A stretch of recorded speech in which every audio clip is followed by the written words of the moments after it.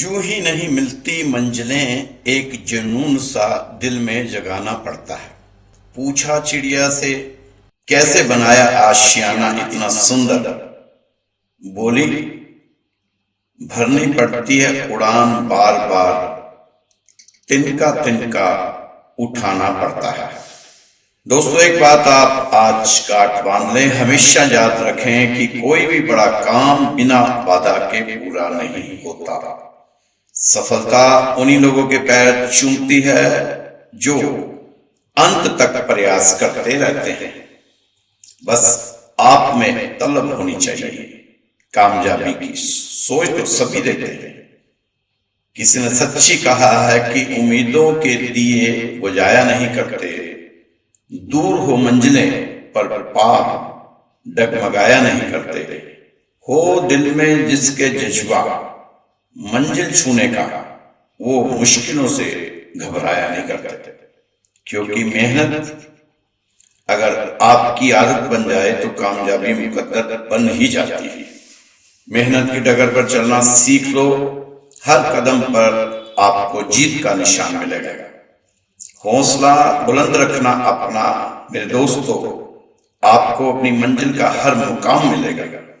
बस आप एक काम करना, आप उम्मीदों से भरे रहना। आपकी जिंदगी खुशियों से भरी रहेगी। हर छोटा बदलाव आपके लिए बड़ी कामयाबी का हिस्सा बन जाएगा। क्योंकि सच कहते हैं, लोग की सफलता मिलेगी उसे जो चलेगा शाम तक, जीत उसकी होगी जो लड़ेगा अंजाम तक। क्योंकि मेहनत ही एक ऐसी चाबी है जो कामयाबी के दरवाजे को खोल सकती है। बात और कदर मेहनत की होती है, वरना किस्मत तो सबकी अच्छी ही होती है। कठिन समय में समझदार व्यक्ति रास्ता खोजता है और कायर बहाना ढूंढता है।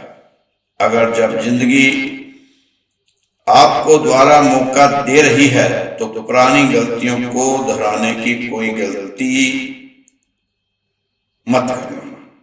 आप तो अपने सपनों को हकीकत में बदलने की कोशिश करें, नहीं तो वो सपने बोझ बनकर रह जाएंगे आपके जीवन में।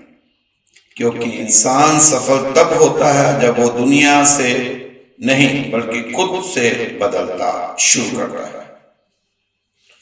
इस समय आप थोड़ा सा धैर्य रखें, क्योंकि धैर्य ही है जो एक सफल और असफल व्यक्ति के फर्क बताता है।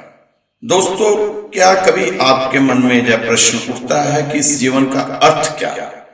मैं क्या करने के लिए आया हूं इस संसार में?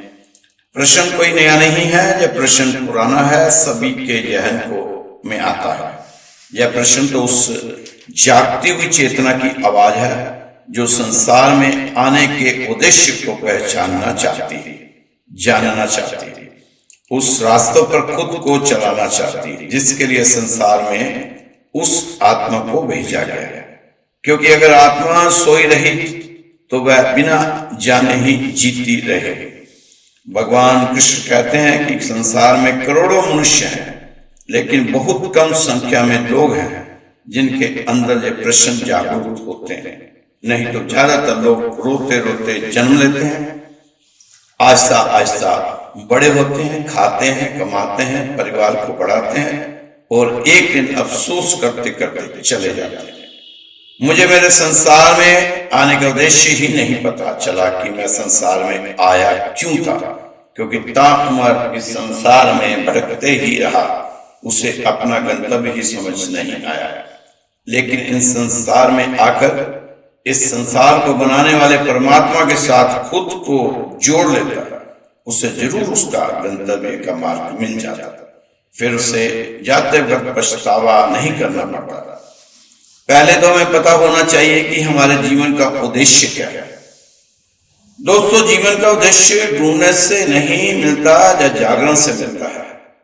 इसलिए सबसे पहले हमें जागरण अवस्था में आने की जरूरत है। एक बात जानने योग्य है कि संसार में परमात्मा ने किसी को भी बिना उद्देश्य के नहीं भेजा। हर इंसान इस संसार में किसी एक विशेष कारण से आया है। हर जीवन अपनी विशेष भूमिका निभाकर यहां से जाता है।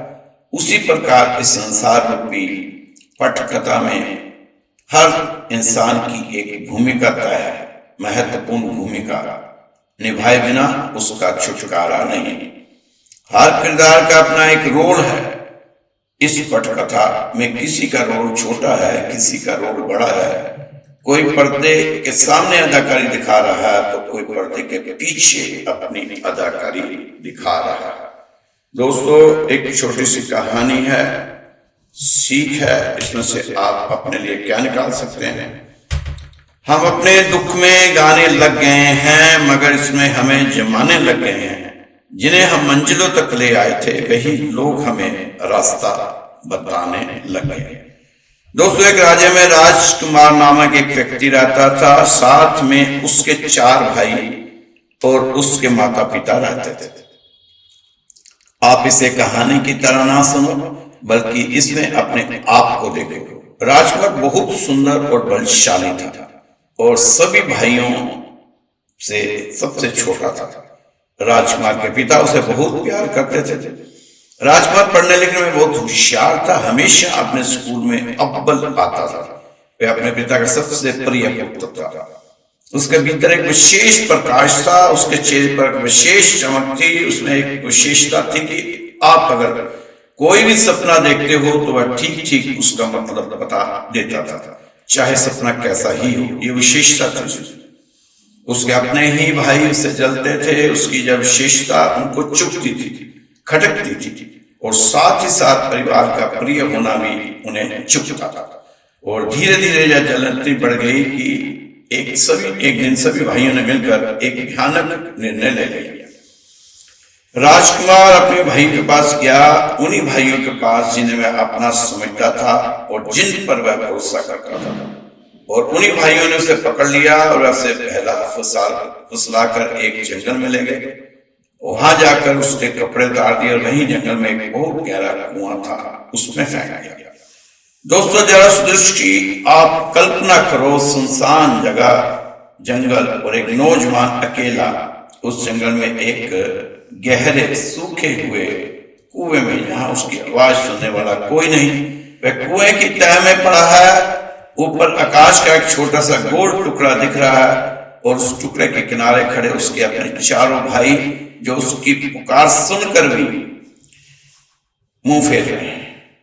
वह चिल्लाता है, वह गिड़गिड़ाता है, भैया मुझे बाहर निकालो, मैंने तुम्हारा क्या बिगाड़ा, क्या है? और कोई उत्तर नहीं आता। ऊपर से सन्नाटा है। सोचो दोस्तों, उस क्षण राजकुमार के मन में क्या बीती होगी। उसका विश्वास टूट गया होगा, भगवान से टूट गया होगा उसका विश्वास, परमात्मा से टूट गया होगा, उसका हृदय चूर चूर हो गया होगा। उसने सोचा होगा कि उसका जीवन यही इसी कुएं में समाप्त हो गया, बस अब दी एंड। बाहर से देखने पर यह पूरा पतन था। एक प्रिय पुत्र जो अपने माता पिता की आंखों का तारा, अब एक अंधेरे कुएं की तह में पड़ा नग्न अवस्था में, तन पर एक कपड़ा भी नहीं। इससे बड़ा पतन और क्या हो सकता था? पर यही वह बात है जो राजकुमार नहीं जानता था। उस कुएं की तह में, उस अंधेरे में, उस सन्नाटे में एक अदृश्य निर्माण शुरू हो चुका था। उसका कर्म उसे गिरा नहीं रहा था, कर्म उसे घड़ रहा था, लेकिन राजकुमार को लग रहा था कि कर्म उसे गिरा रहा है। फिर कुछ व्यापारी उस रास्ते से गुजरे तो कुएं के अंदर से चिल्लाने की आवाज सुनाई दी। उन व्यापारियों ने राजकुमार को कुएं से बाहर निकाला और उसे अपने साथ अपने राज्य में ले गए। वहां वह एक गुलाम की हैसियत से रहने लगा। अब राजकुमार एक गुलाम था जो कल तक अपने माता पिता का प्रिय पुत्र था, आज एक बिकने वाली वस्तु बन गया था। यह एक अनजान देश था। राजकुमार के लिए वहां से भाग जाना भी मुश्किल था। अब उसकी अपनी कोई पहचान नहीं थी। आज किसी का गुलाम है, कल किसी का गुलाम है, कल किसी का गुलाम है। आगे आगे वो गुलामी सहता गया। उसका अपना कोई नाम नहीं रहा, वह केवल एक गुलाम था। बाहर से फिर एक पतन था। पहले कुआं, अब गुलामी। लगता था कि भाग्य उसे लगातार नीचे गिरा रहा, पर भीतर वह अदृश्य निर्माण रुका नहीं था। कर्म अब भी उसे गढ़ रहा था। उस गुलामी में राजकुमार ने ईमानदारी सीखी, सेवा सीखी, धैर्य सीखा। उसने वहां रहकर हर काम पूरी निष्ठा के साथ किया और धीरे धीरे उस घर में उसकी पहचान बनने लगी। उसकी सच्चाई चमकने लगी, पर कर्म का निर्माण अभी पूरा नहीं हुआ था। एक और परीक्षा बाकी थी, यह सबसे कठिन परीक्षा थी। उस घर में राजकुमार पर एक झूठा आरोप लगाया गया। उसने कोई पाप नहीं किया था, उसने कोई गलती नहीं की थी, वह तो सच्चाई पर डटा रहा था। पर सच्चाई पर डटे रहने का ही उसे दंड मिला। उस पर एक ऐसा आरोप लगाया गया जो पूरी तरह से झूठा था, और किसी ने उसकी सच्चाई नहीं सुनी, किसी ने उसका पक्ष नहीं जाना। उसे अपराधी मान लिया गया। और सोचो जरा आप उस पीड़ा को, एक व्यक्ति जो निर्दोष है, जो सच्चा है, उस पर झूठा कलंक लग जाए और वह व्यक्ति चिल्लाता रहे कि मैंने कुछ नहीं किया, मैंने कुछ नहीं किया, मैं बेकसूर हूं, पर उसकी सुनवाई ना हो। क्या आ जाए? वही पीड़ा नहीं है जिससे आप भी कभी ना कभी गुजरे हो, जब आप सही थे और आपको गलत ठहरा दिया गया हो, जब आप निर्दोष थे पर आप पर आरोप लगा दिया गया हो। और इस झूठे आरोप का परिणाम क्या हुआ? राजकुमार को कारागार में डाल दिया गया। अब राजकुमार सबसे नीचे पहुंच गया। पहले माता पिता का प्रिय पुत्र था, फिर कुएं में गिरा, फिर गुलाम बना, और अब एक कैदी, एक ऐसा कैदी जिसने कोई अपराध नहीं किया, बेकसूर कैदी। कारागार की उन काली दीवारों के बीच उस अकेलेपन में राजकुमार का जीवन मानो पूरी तरह समाप्त हो गया था। बाहर से देखने से यह अंतिम पतन था।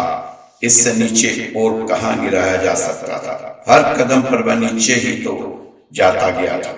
कुआं, गुलामी, झूठा आरोप, कारागार। लगता था कि भाग्य ने पूरी तरह त्याग दिया है। लगता है उसकी सारी प्रार्थनाएं व्यर्थ हो गई हैं। पर सुनो, यही वह क्षण था जब कर्म का पहला अध्याय अपने अंतिम चरण में था। उस कारागार की दीवारों के भीतर, जहां सब कुछ समाप्त दिख रहा था, जहां राजकुमार का निर्माण अपने शिखर पर था, उन सारी पीड़ाओं ने मिलकर उसे एक ऐसा व्यक्ति बना दिया था जैसे वह पहले था भी नहीं था। कुएं ने उसे विश्वास सिखाया, गुलामी ने उसे विनम्रता सिखाई, झूठे आरोप ने उसे धैर्य सिखाया, कारागार ने उसे शांति सिखाई, हर पीड़ा ने उसे भीतर को जोड़कर, हर गाव ने उसे कुछ दिया था। बार बार इस बात को समझो, कर्म उसे गिरा नहीं रहा था, बल्कि कर्म उसे गढ़ रहा था। जो दूसरों को उसका पतन दिख रहा था, वह असल में उसका निर्माण था। जो दुनिया को उसकी बर्बादी लग रही थी, वह असल में उसकी बुनियाद थी। प्रत्येक गिरावट एक सीढ़ी थी, बस वह सीढ़ी नीचे की ओर दिख रही थी, जबकि वह ऊपर की ओर ले जा रही थी। अब कहानी का वह भाग शुरू होता है जहां समय करवट लेता है। यह तो आपको शुरू में ही बताया था कि राजकुमार के पास एक विशेष क्षमता थी, वह सपनों का अर्थ समझ सकता था। चाहे सपना कितना भी जटिल से जटिल क्यों न हो, वह उसका अर्थ बता देता था। वह उसका अर्थ कोई नहीं बता पाए, वो भी बता देता था। वही कारागार में 2-4 सिपाही आपस में चर्चा कर रहे थे कि राजा को जो सपना आया है उसका अर्थ कोई नहीं बता पा रहा। राजा बहुत चिंतित है। उस अजीब से सपने से राजा बहुत चिंतित है। उसके अर्थ के लिए वह ढिंढोरा पिटा रहा है कि जो उसके सपने का अर्थ बताएगा उसे मैं उचित इनाम दूंगा। कई शास्त्र ज्ञाता आए, लेकिन राजा किसी के जवाब से संतुष्ट नहीं था। राजकुमार उन सिपाहियों के पास गया और कहा कि अगर मुझे मौका मिले तो मैं राजा के सपने का अर्थ भी बता सकता हूं। मुझ में यह क्षमता है, मैं किसी भी तरह के सपने का अर्थ बता सकता हूं। सिपाहियों को उसकी बात पर विश्वास हो गया। उन सिपाहियों ने यह बात अपने उच्च अधिकारियों को बताई। बात राजा तक पहुंचाई गई। राजकुमार को कारागार से बुलाया गया और राजकुमार ने राजा को उनके सपने का अर्थ भी बताया। उसने बताया कि आने वाले समय में पहले कई वर्षों तक भरपूर अन्न होगा, उसके बाद कई वर्षों तक अकाल पड़ेगा।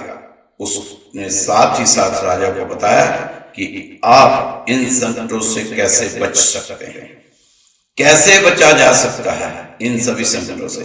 राजा राजकुमार की बुद्धि, उसकी दृष्टि और उसकी पात्रता से इतना प्रभावित हुआ कि उसने एक अद्भुत निर्णय लिया।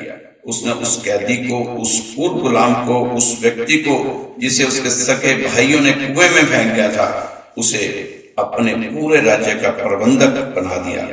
एक ही पल में राजकुमार कारागार की तह से उठकर सत्ता के शिखर पर पहुंच गया। अब राजकुमार वह उस पूरे देश का दूसरा सबसे शक्तिशाली व्यक्ति था। जरा इस पलटाव को देखो। जो व्यक्ति कुछ समय पहले कोठरी में बंद था, अब वह पूरे राज्य का अंग पूरा अन्न संभाल रहा था। जिसके पास अपनी कोई पहचान नहीं थी, अब उसके सामने हजारों लोग सर झुकाते थे।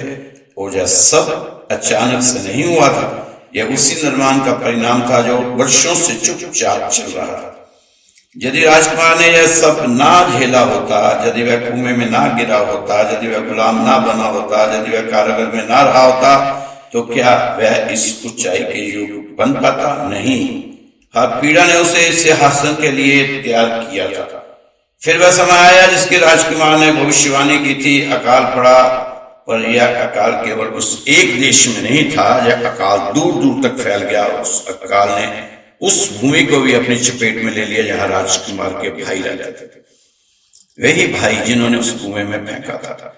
अब वह सभी भूख से तड़फ रहे थे। उनके पास अन्न नहीं था, उनके बीवी बच्चे भूखे थे। उन्हें पता चला कि केवल एक ही जगह अन्न मिल सकता था, उस देश में जहां राजकुमार शासन कर रहा था। पर वे यह नहीं जानते कि वहां कौन है।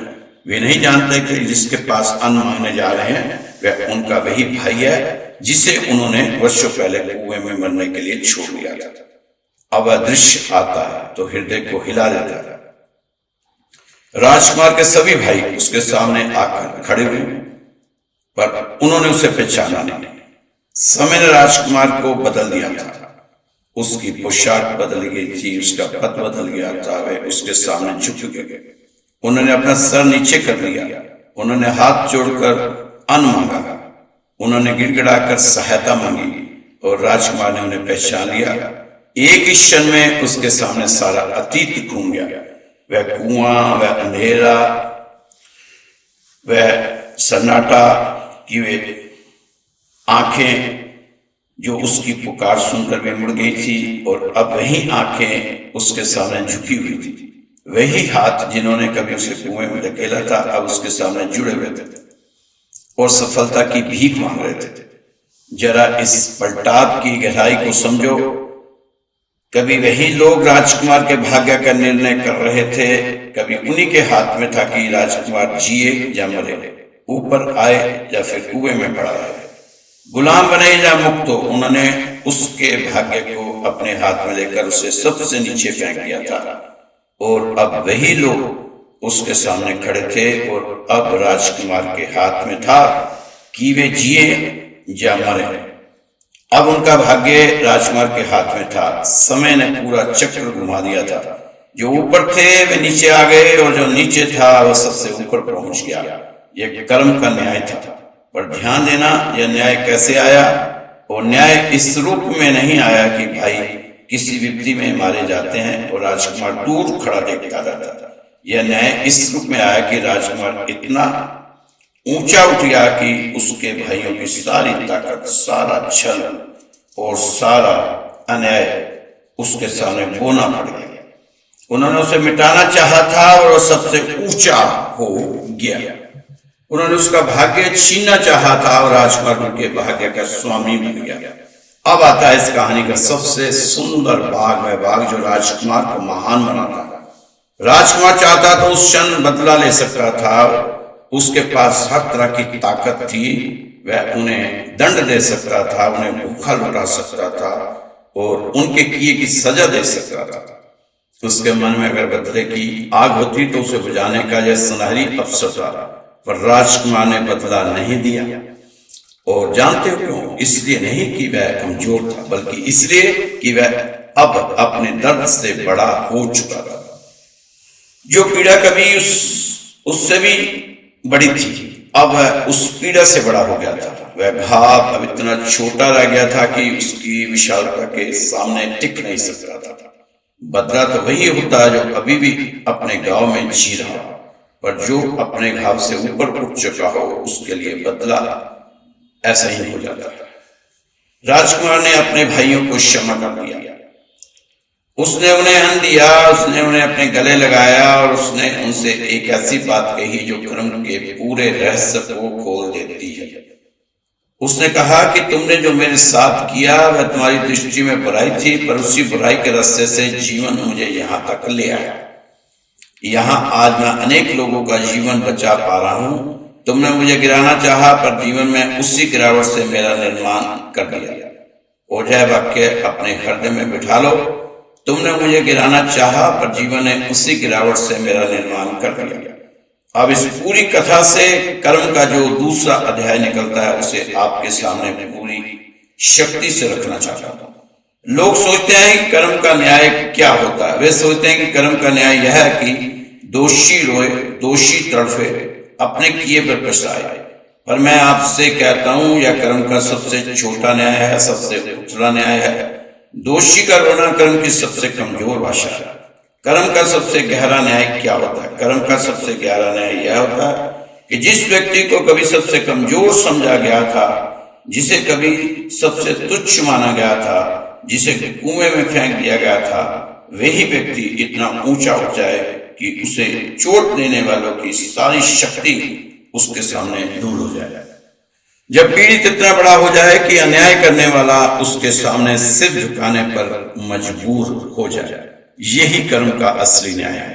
और साथ ही समय धीरे धीरे उस अन्याय करने वाले से वह सब छीनना शुरू कर देता है जो उसने गलत आधार पर बनाया था।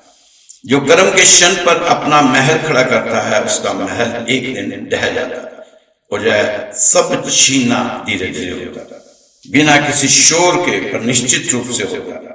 जो छल से कमाया गया था वह छल से ही छीन जाता है।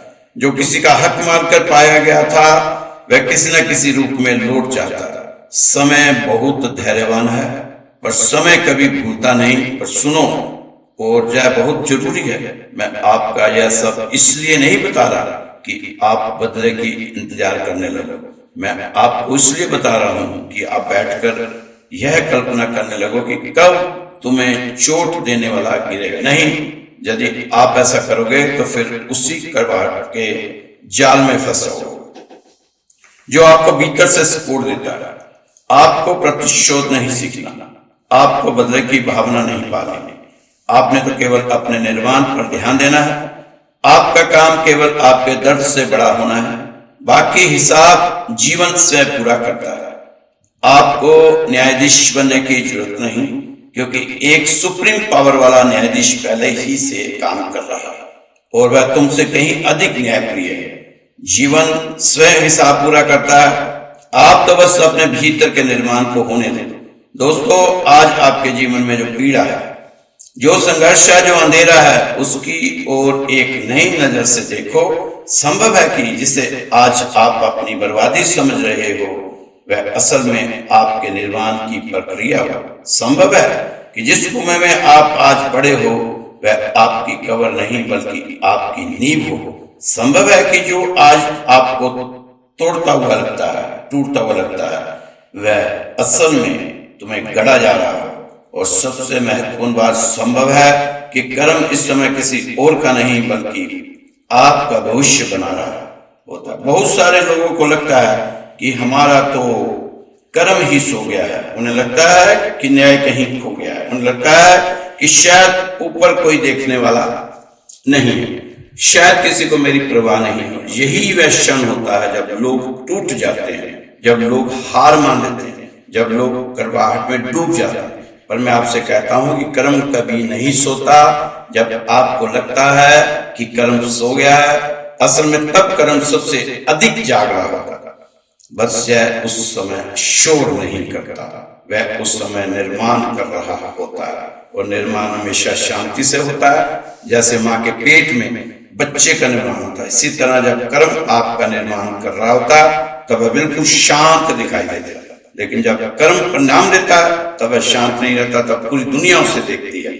कर्म चुप रहता है, पर परिणाम के समय कर्म बोलता है। कर्म का न्याय 2 चरणों में आता है, पहले उत्थान फिर परिणाम। दोस्तों, युद्ध ही जीवन का दूसरा नाम है और यहाँ इस प्रकार के युद्धों का सामना करना पड़ता है। अपेक्षाओं का, भावनाओं का, मोह का, इनसे लड़ना पड़ता है। मोह क्या है? हम किसी एक व्यक्ति में इतने डूब जाते हैं कि अपनी पहचान, अपना उद्देश्य, अपनी आत्मा की आवाज तक को भूल जाते हैं और भावनाओं में बह जाते हैं। और जब कभी वह इंसान हमें छोड़ जाता है तो हम उसे उस अपेक्षा में डगमगाने, छटपटाने लगते हैं। यही है वो युद्ध जहां हम हर हाल में हारते हैं। दोस्तों, अगर आपने सुखी रहना है तो वर्तमान में जीना सीखो और जो होने वाला है, आने वाला है, उसके लिए खुद को तैयार करो। ना अतीत को पकड़ो और ना ही भविष्य से डरो। आप तो वर्तमान में जियो। यही सीख आपको टूटने के बाद फिर उठना सिखाती है। किसी के मिलने पर खुश मत हो, किसी के बिछड़ने पर दुखी मत होना, क्योंकि जीवन में जो कुछ होता है वह उद्देश्यपूर्ण होता है। चाहे वह किसी के साथ आपका मिलन हो या किसी के साथ बिछड़ना होता है, ये सब उद्देश्यपूर्ण है। जब आपको कोई छोड़ जाए तब उस खालीपन को आप अपने परमात्मा को बुलाएं, क्योंकि ईश्वर वहां जरूर अपना आशीर्वाद देते हैं। जो व्यक्ति टूटा हुआ हो, क्योंकि इस संसार में ईश्वर से बड़ा कोई रिश्ता नहीं। अगर ईश्वर से तुम्हारा रिश्ता गहरा हो जाए तो सारे रिश्ते फीके लगने लगते हैं, क्योंकि जब भी कभी दुनिया का छल और सच्चाई तुम्हें तोड़ दे तब परमात्मा की कृपा आपको फिर से जोड़ती है। जब आपको लगे कि संसार में आपका कोई नहीं, आपको कोई नहीं समझता, तब आप ईश्वर की तरफ देखो। वह तुम्हें हमेशा तुम्हारे साथ दिखाई देंगे और कहते हुए मिलेंगे कि तुम्हारे सारे दुख मेरे हैं, तुम्हारे आंसू, तुम्हारी परेशानियां, तुम्हारी समस्याएं, तुम्हारी पीड़ाएं अब मेरी है, बस तुम मेरा हो जा। सारी दुनिया भी तेरा साथ छोड़ जाए लेकिन मैं तो तेरा साथ नहीं छोड़ूंगा। आपने तो त्याग, प्रेम, संयम रखना है, यही आपका धर्म है। इसलिए दोस्तों, जीवन में किसी के जाने पर दुखी मत होना, बल्कि आप यह सोचना कि जीवन में अब नया अध्याय शुरू हुआ। ईश्वर की सीख को याद रखो, जो चला गया वह संयोग था, जो मिला हुआ है वह प्रलब्ध है। दोस्तों, एक कहानी है, छोटी सी सच्ची कहानी। एक बार जहाज में एयर होस्टेस ने अनाउंसमेंट की कि सभी लोग अपनी अपनी सीट बेल्ट बांधो। सभी यात्री एकदम से शांत हो गए, क्योंकि जहाज बहुत तेज तेज हिल रहा था। सभी ने जल्दी जल्दी अपनी सीट बेल्ट बांध दी, लेकिन सभी के चेहरे पर तनाव देखा जा सकता था। आसानी से सभी यात्री घबराए हुए थे, लेकिन एक छोटी सी बच्ची अपनी एक वीडियो गेम में मस्त थी। उसके चेहरे पे जरा भी शिकन नहीं थी। वह बड़े ही शांत भाव से मुस्कुराती हुई अपनी गेम में मस्त थी। एयर होस्टेस ने कहा कि अभी हम थोड़ी देर आपको कोई भी सर्विस प्रोवाइड नहीं कर पाएंगे, क्योंकि प्लेन बहुत तेजी से हिल रहा है। जैसे ही सब नॉर्मल होगा हम आपकी सर्विस शुरू करेंगे। अब सभी के दिमाग में आया कि मामला सिर्फ विमान के हिलोरे खाने का नहीं, कुछ तो गड़बड़ है। जहाज और जोर जोर से हिलने लगा। बहुत तेज आवाज के साथ सभी यात्री डर गए, चीखने चिल्लाने शुरू हो गए। पूरे प्लेन के अंदर कोई भगवान से प्रार्थना कर रहा है, कोई रो रहा है, कोई चीख रहा है। पायलट ने अनाउंसमेंट किया कि हमें इमरजेंसी लैंडिंग करनी पड़ेगी। अब तो बहुत ज्यादा घबराहट शुरू हो चुकी थी, चीखना चिल्लाना ज्यादा हो गया था, लेकिन वह बच्ची बहुत ही रिलैक्स होकर अपनी वीडियो गेम खेलती जा रही थी।